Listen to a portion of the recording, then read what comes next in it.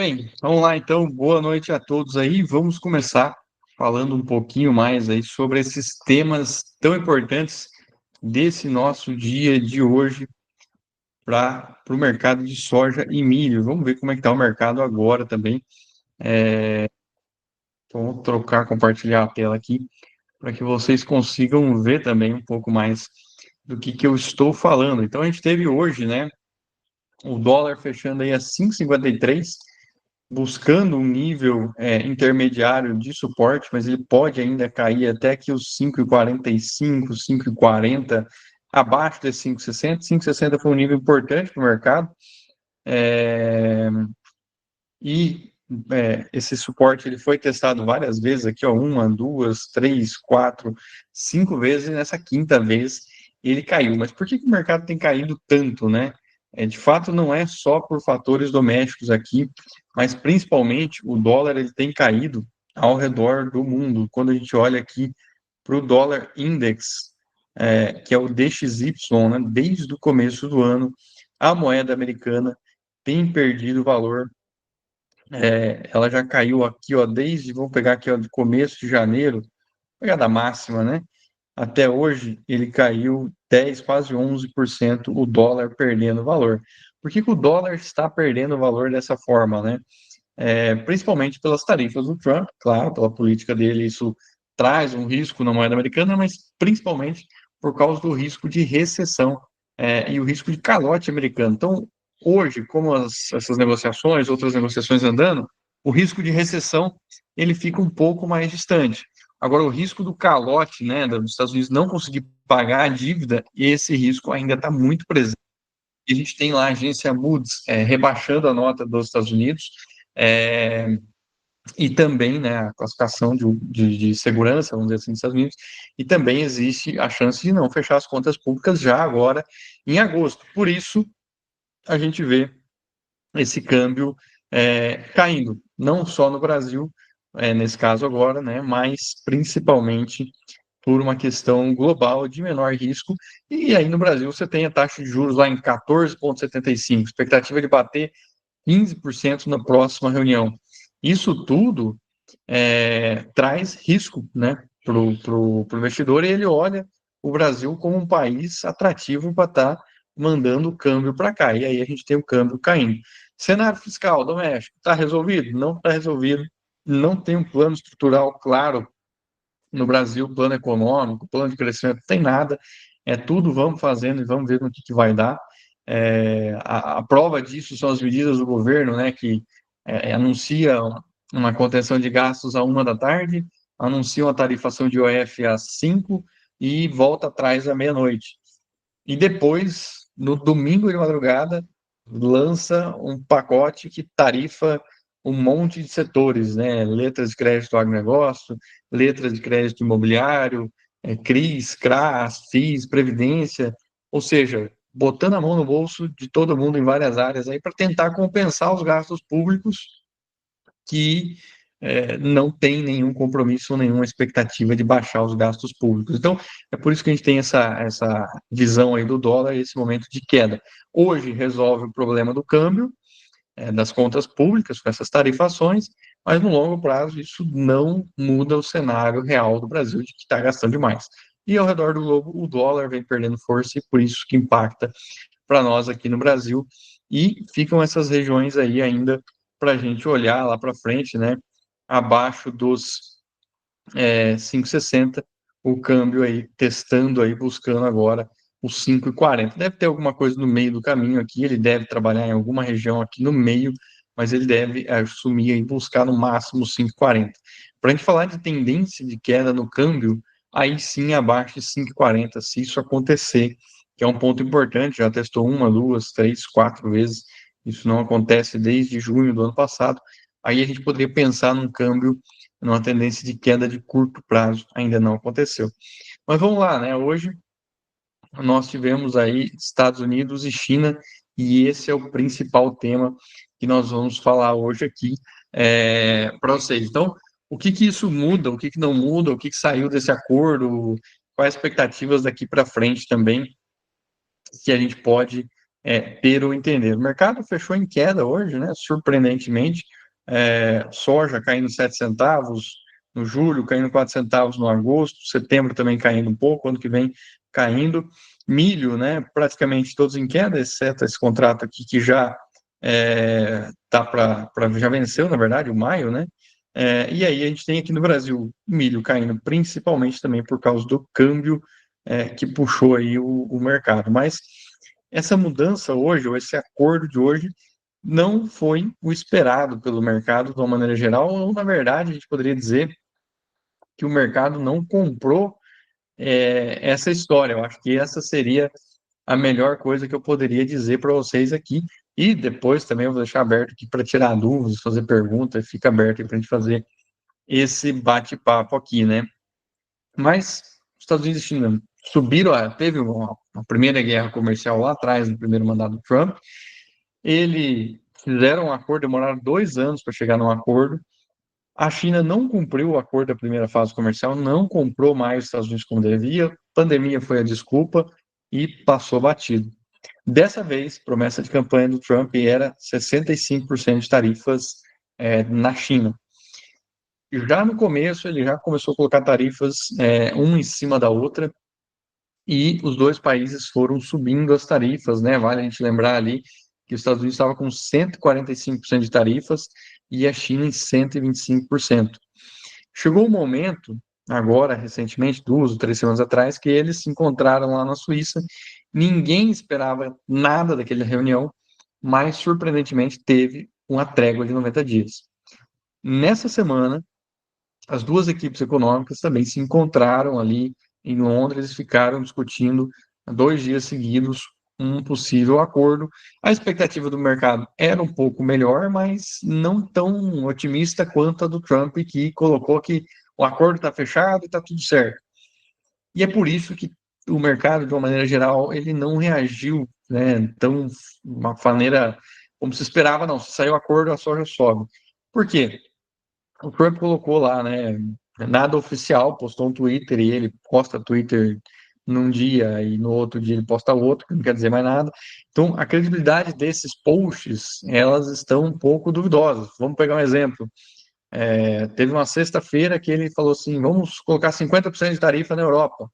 E aí, na domingo, ele já falou assim, não, tiramos as tarifas. A Colômbia foi a mesma coisa. No tarifato, Colômbia 100%, sei lá. Depois, no sábado, já voltou atrás. Então, esses tweets do Trump, eles vêm perdendo uma certa credibilidade e também do modelo que ele colocou lá, né? Um negócio muito ruim para a China. Será que a China ia aceitar isso? Então, o que eles colocaram, né? 50%, 55% de tarifas nos produtos chineses e a China 10%. Então, o Trump colocou com uma relação excelente.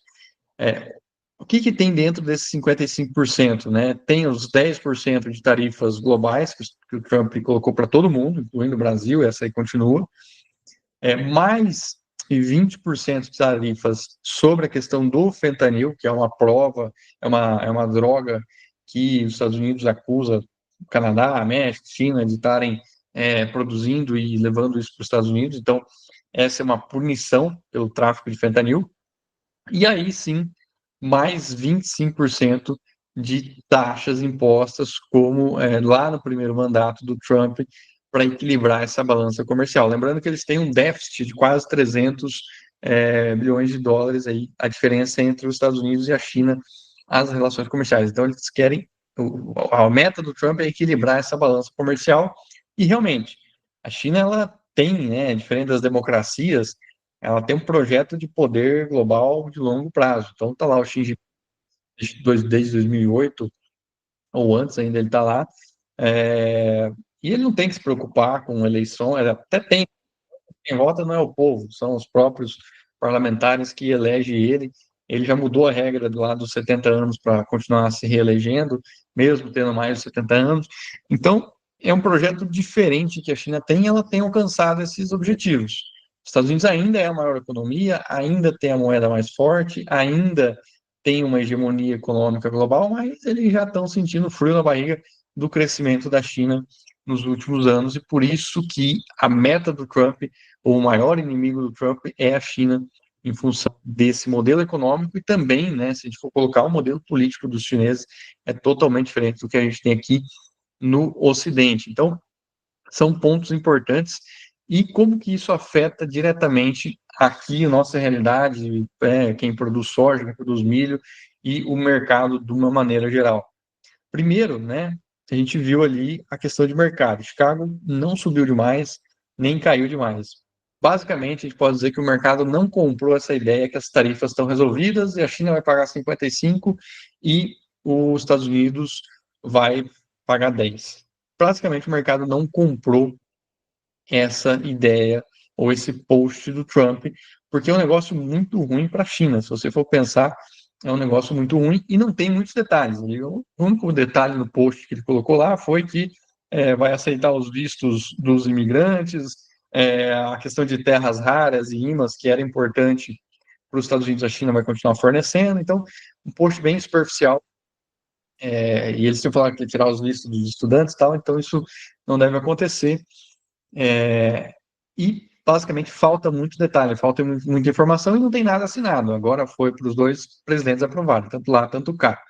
Esse é o primeiro ponto. Segundo, se nós olharmos a paridade de exportação para a China, soja americana, soja brasileira, soja da Argentina, com 10% de tarifa, e aqui é um ponto importante, nunca vale o que os Estados Unidos faz, e sempre vale o que a China, como a China retalha. Então, os Estados Unidos colocou 145% de tarifa na China. O que isso muda no mercado de soja americano? Muda nada, muda o quanto de tarifa a China coloca nas importações, porque isso tira a competitividade do mercado americano. Então, 10% de tarifas, isso quer dizer que no segundo semestre agora, a soja brasileira continua mais competitiva do que a soja americana. E, muito provavelmente, por isso, nós vimos no dia de hoje o mercado de Chicago fechando ali abaixo, né, fechando em queda, poucos centavos, mas fechando em queda. Porque se realmente for essas 10%, a soja americana ainda não é tão competitiva quanto o Brasil, quanto a Argentina, a partir de agora, no segundo semestre. A gente ainda tem aí bastante soja para comercializar, quase 60 milhões de toneladas de soja ainda para serem vendidas no Brasil, e isso tudo pesa nesse mercado, pesa nessa conta de competitividade. Agora, caso, né, vamos dizer amanhã ou agora de madrugada, que a turma gosta de soltar as coisas de noite, né, dentro desse acordo, tenha lá um comprometimento maior da China em comprar soja, em comprar commodities agrícolas, dos Estados Unidos, cloreto, de potássio, muitas vezes algum outro tipo de commodity nesse sentido, porque a China importa muito cloreto, aí sim nós veríamos uma reação diferente do mercado, o mercado podendo subir até mais. Então, esse é um ponto importante. Vale uma ressalva aqui que, com uma aula fechada, a gente traz esse tipo de informação também, que a China tem uma empresa estatal chamada Sinograin, que atua nos Estados Unidos. No caso da Sinograin, não importa quais são as tarifas, porque é estatal. Então, tem 100% de tarifa. A Sinograin compra a tarifa lá na China. Chega lá na China, ela paga 100%, o governo tira o dinheiro do bolso dele, paga, põe no, tira do bolso esquerdo, paga e põe no bolso direito. Então, as tarifas não importam exatamente, as tarifas que a China coloca nessa soja americana não impactam o mercado. E isso, a China continuou comprando soja, né, nesse período todo agora, lá nos Estados Unidos, por meio da Sinograin, driblando as tarifas dessa maneira. E ela deve comprar algo aí na casa dos seus 15 a 20 milhões de toneladas de soja, mesmo com tarifas ou sem tarifas, a China não consegue comprar somente a soja do Brasil, somente a soja argentina, ela precisa também de outras fontes aí. Mas a participação da soja no Brasil aqui fica na casa de 75, 80% da nossa soja vai para a China. E o que isso impacta para nós aqui no Brasil? Principalmente em prêmios, pessoal. Semana passada, os prêmios deram uma subida forte. Com esse encontro, os dois países ficaram aí parados, vamos dizer assim, ontem, anteontem, hoje, os prêmios também basicamente estáveis, até porque esse acordo não é público ainda, a única coisa que veio foi esse post do Trump. Mas isso traz para nós o que? Se essa demanda, se continuar essas tarifas, esses prêmios vão continuar fortalecidos e vão podendo até subir mais aí no segundo semestre. Como que isso ajuda nós aqui no Brasil? Quem tem soja físico deve ter um preço melhor com base em prêmios lá na frente. Aí o câmbio caindo, né? Até agora a gente viu uma equalização de preço. O câmbio caía, o prêmio subia. O câmbio bateu lá 6,10, os prêmios recuaram bastante. Então o prêmio vinha equalizando a conta até agora. Por quê? Falta de certeza na onde que a demanda de soja da China vai vir. Atualmente a China está com junho comprado, julho e agosto aí na casa de 70% já comprado de olho no próximo, nesse ano agrícola, vamos dizer assim, né? Então, isso tem dado uma certa estabilidade para os prêmios também. Prêmios de soja hoje, 90 centavos no junho, julho na casa de 100 centavos, o agosto na casa de 120, chegou a bater 130 semana passada, agora voltou para 120. 2026, prêmios positivos também, isso é uma oportunidade. Prêmio fevereiro, 35 centavos positivo. Prêmio março, de 15 centavos positivo. Abril, 10 centavos positivo. Então, prêmio positivo para o ano que vem é uma oportunidade para nós aqui no Brasil, olhando esse cenário aí, para quem entende esse mercado de prêmios também, né? Mas quem tem soja físico para comercializar ainda mais para frente. Então, esse é o principal ponto. Quem tem soja para vender, até agora o preço está estacionado no mesmo lugar, faz 2, 3 meses. A gente trouxe lá atrás algumas oportunidades de fazer venda, aplicar o dinheiro e fazer participação de alta. O mercado também não saiu do lugar para ter lucro em participações de alta ainda. E o que está atento esses movimentos geopolíticos. O que mais que a gente tem em junho? Amanhã, relatório de oferta e demanda. Final do mês, relatórios de estoques trimestrais. E também, final do mês, a gente tem as áreas definitivas de plantio lá dos Estados Unidos.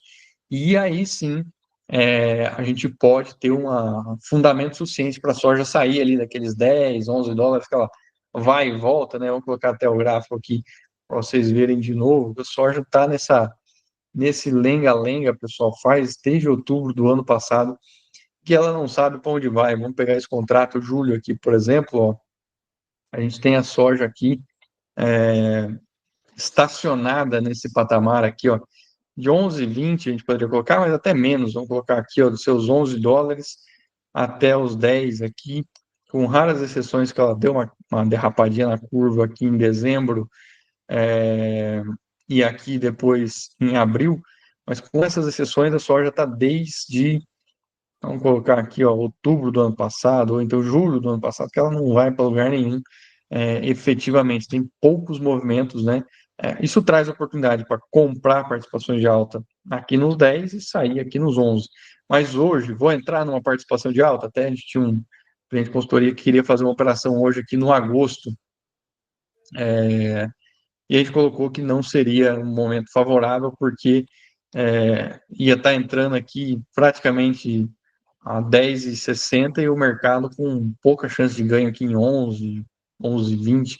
Então seria muito arriscado, o custo não valeria a pena para estar fazendo essa operação entrando hoje, olhando esse cenário que o mercado tem falta de fundamentos. O relatório de amanhã vai trazer grandes mudanças?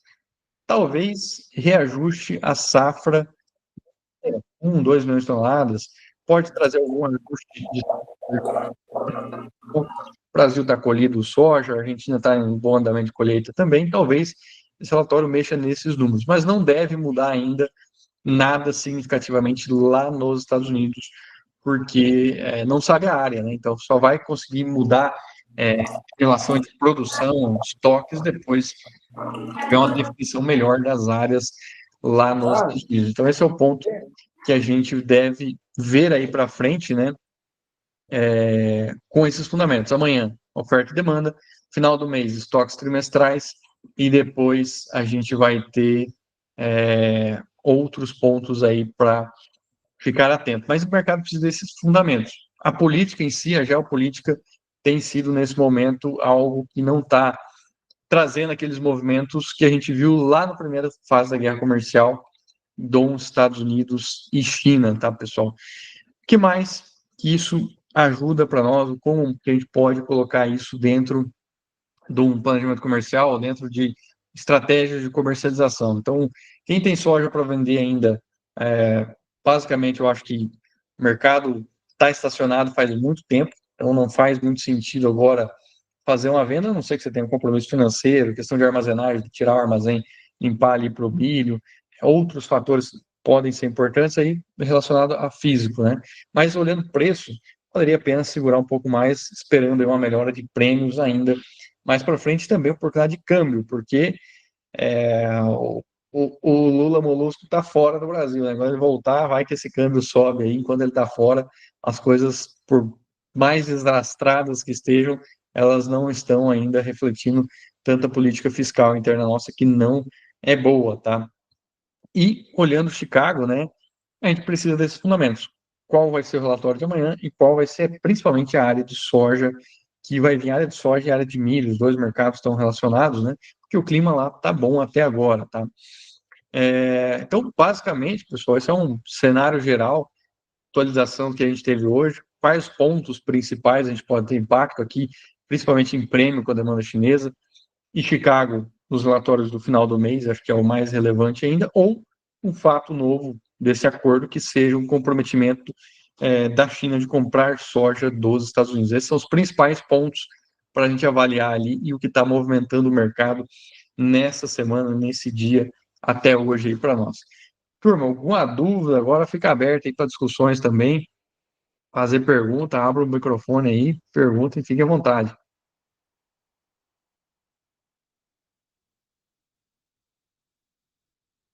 Tem uma galera nova aí.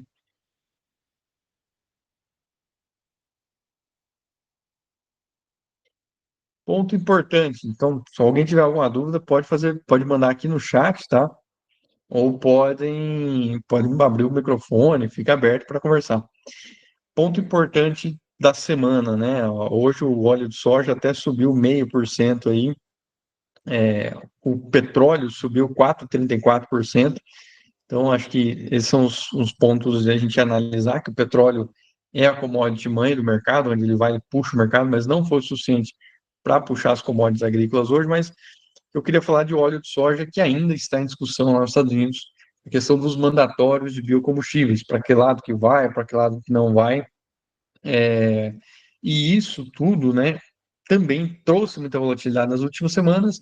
Agora está quieto, mas a gente teve uma atualização ontem de que o incentivo para o biodiesel americano seria só para os biodiesels produzidos nos Estados Unidos e não mais para o biodiesel importado, por exemplo, do Canadá ou mesmo do México, ou outras importações que tinham de biocombustíveis. Então, eles tinham um incentivo de $1 por galão importado, e isso, como o governo americano quer estimular a indústria nacional e cortar a despesa, eles cortaram esse estímulo dos produtos que são importados. Com isso também, a gente acredita que vai ter uma demanda maior no mercado interno de soja, né? E uma redução talvez até zero nas importações aí de biocombustível que perdem a competitividade agora sem esse incentivo de $1. Alguma dúvida aí, turma? Algum ponto? Alguma contribuição?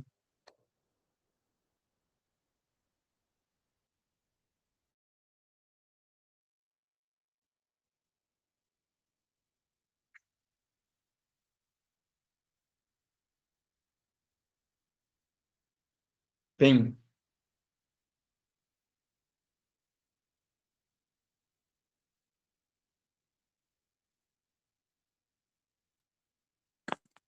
Boa noite, Vitor. Boa noite, pessoal.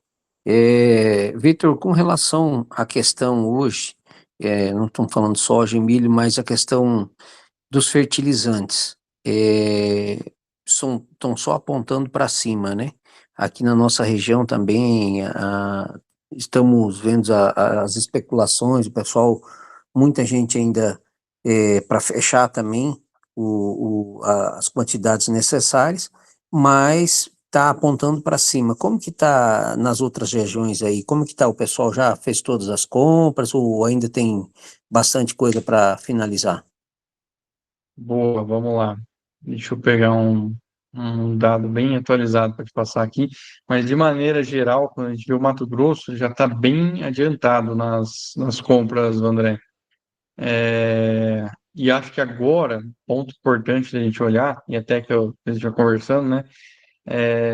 chegando na hora H em questão de entrega, né? A gente começa também a ter esse desafio a partir de agora da entrega do mercado de fertilizantes, não só preço, talvez, mas também se vai ter, se os produtores, vamos dizer assim, as indústrias, né, vão ter condição de entregar esse fertilizante.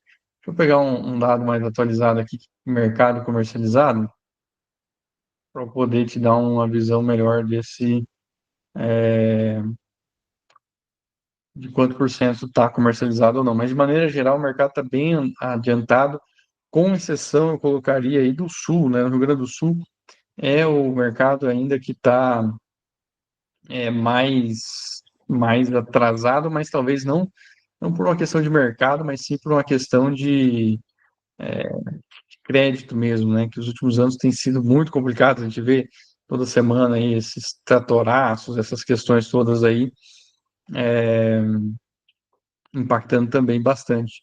Deixa eu pegar um dado aqui importante, ó, mais uma vez, né? Entrega de fertilizantes é o que está principalmente nas manchetes aqui.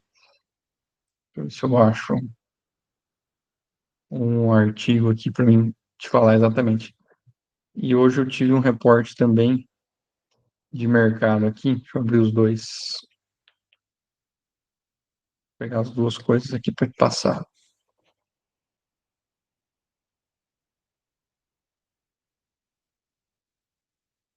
No, ó, na semana, base aqui Sinop, que a referência vai estar talvez mais próxima, mas acaba sendo muito mercado do Mato Grosso, né? Super simples, US$ 370, mantendo o mesmo preço praticamente da semana passada. Então, talvez aí no Vale a logística um pouquinho mais fora vai estar batendo igual, aqueles 380. Cloreto, 490. Então, teve uma pequena queda em relação à última semana. Ureia subindo. Principal ponto da ureia, a gente ainda tem aquele tender da Índia em aberto, que vai fechar provavelmente essa semana. Depois que fecha o tender, aí o mercado começa a se ajustar de novo para que lado que vai, para que lado que não vai. Mas por enquanto ainda atento a isso. Sulfato acompanha também. E o principal ponto aqui que eu gostaria de pensar nesse momento é a entrega de fertilizantes. Eu acho que esse é o ponto importante. Em reais, com essa queda do câmbio, traz bastante oportunidade. Não sei, eu não recebi mais os preços lá da Alvorada para te falar essa semana como que estão, mas eu acredito que se estiver mantendo aqueles preços em reais ou muito próximo, isso dá uma oportunidade em reais de também conseguir uma relação de troca melhor, né? Mas não tem uma previsão de curto prazo para derrubar preço agora. Por quê? Se as empresas derrubam o preço agora, traz demanda e elas não vão conseguir entregar nem cloreto, nem fosfatado a partir de agora, tá? Eu achei aqui para trazer o percentual comercializado. A gente tem média nacional aí na casa de 70% já comercializado de soja para safra 25, 26. Mato Grosso mais à frente, com um pouco mais, né? 75, 80%, enquanto outros estados aí um pouco menos, mas o normal Mato Grosso andar sempre um pouco mais à frente, tá? Isso é acima da média dos últimos anos também aí, quando a gente olha a soja. E para milho, a gente já tem também o mercado rodando, pensando de safrinha, né? Na casa aí de 50% rodado para a safra 26, olhando Mato Grosso, mas também o mercado rodando bastante. E nível Brasil, um pouco menos, né? Nível Brasil na casa de 30% comercializado.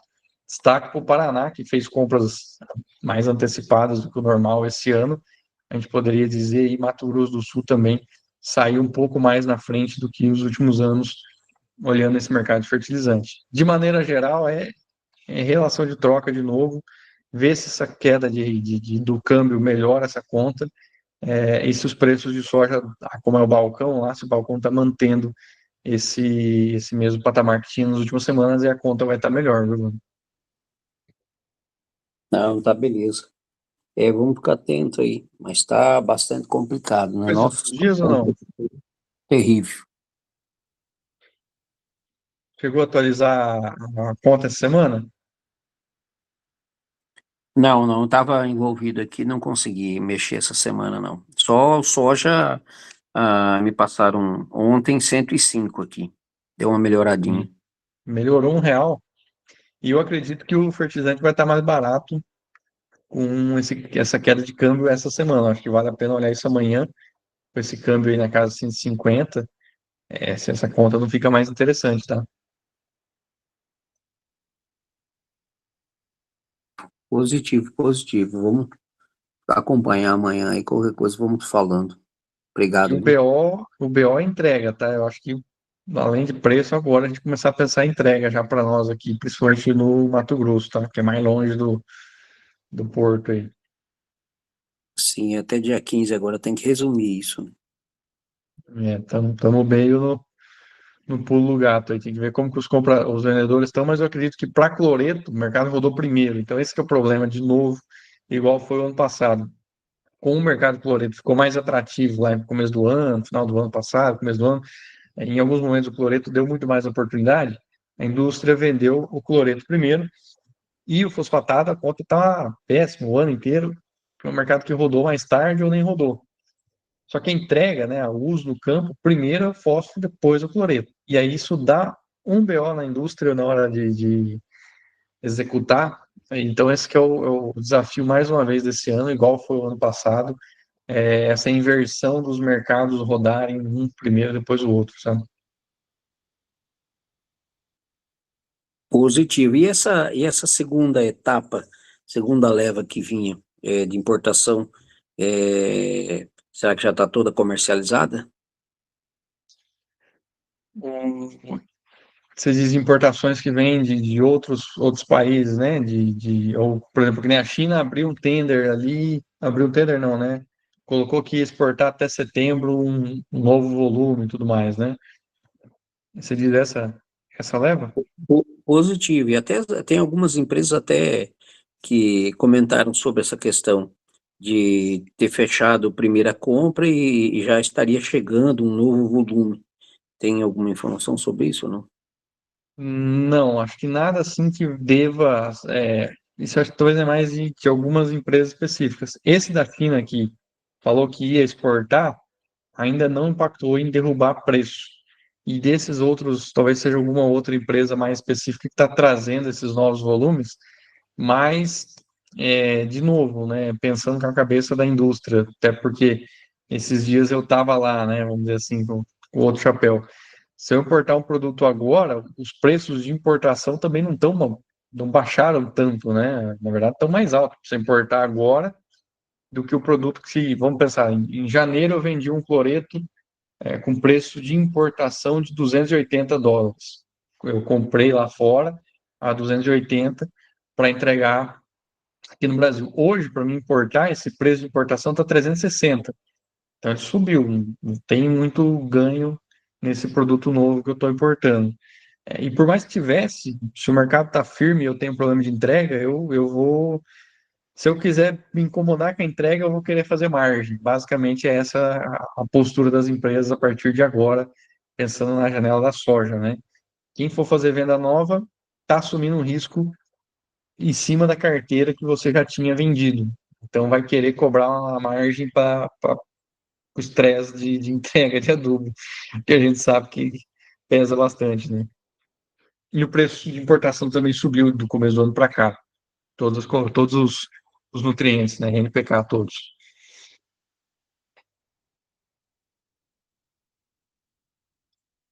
Positivo.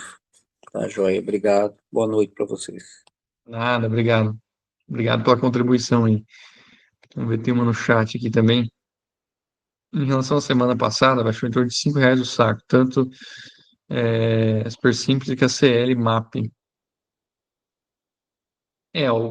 Essa queda do câmbio provavelmente vai dar uma condição melhor em reais, olhando relação de troca. O preço de soja até então, claro que ele deu uma oscilada, mas ele vinha se mantendo muito firme. E com isso, essa relação pode estar melhorando um pouquinho. Vale a pena olhar essa conta de novo essa semana, tá?